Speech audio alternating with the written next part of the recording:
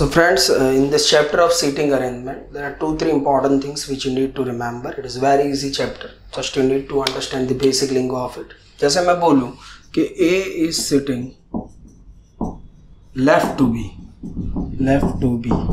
A कहाँ पे है? B से लेफ्ट में. तो हम कैसे सोचेंगे कि सब नॉर्थ को फेस कर रहे हैं, ऐसे बैठे. 1 2 3 4 5 people are sitting like this. ये एरो के इंडिकेट करता है उनका फेस उस साइड है. अभी क्या बोला मैंने? A is sitting left to B. तो A B से लेफ्ट में होगा तो समझ लो ऐसे B बैठा है. B की लेफ्ट में A होगा तो A B. There are 2 person. ये कंडीशन हमने देखा. There are 2 person between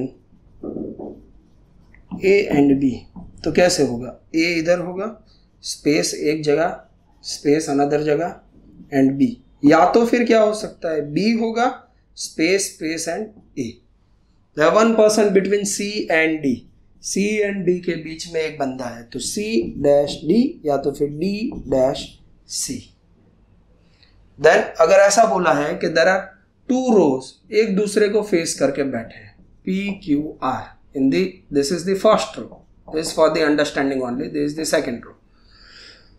first row में कैसा फेसिंग होगा? तो नीचे की साइड फेसिंग होगा. मैं बोलूं कि P is to the left of Q.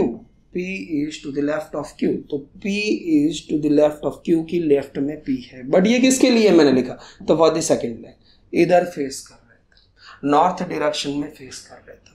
यही P is to the left of Q मेरे को फर्स्ट लाइन के लिए लिखना हो तो it is going to be that नीचे की साइड, साउथ की साइड फेस कर रहे हैं. तो समझ लो इधर P बैठा है, P इधर बैठा है, P उधर बैठा है, मतलब उसका फेस नीचे की साइड. उसका लेफ्ट हैंड किस साइड होगा? तो it is going to be towards my right hand. क्यों? क्योंकि मैं इधर से पर्सपेक्टिव देख रहा हूं.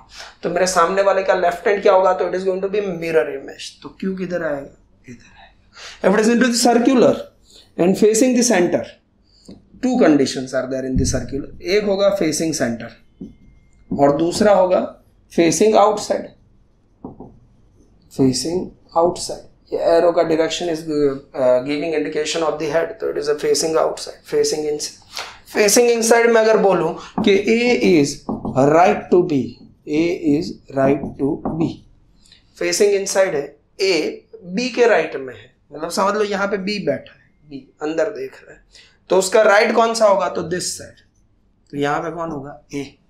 फेसिंग आउटसाइड है ना. और क्या बोला? A is right to B.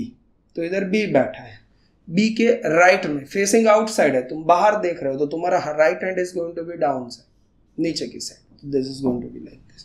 This is what you need to understand the sitting arrangement. Now we are starting with the class work.